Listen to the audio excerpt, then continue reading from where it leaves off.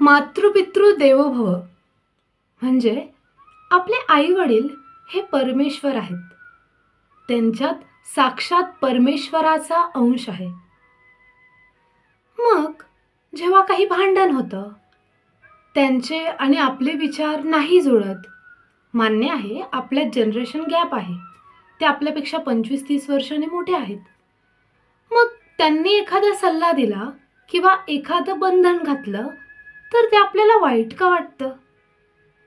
म्हणजे आई-वडील पूर्णतः बरोबरच म्हणताय किंवा त्यांनी दिलेला सल्ला हा पूर्णपणे बरोबर आहे, असं मी मुळीच म्हणत नाही.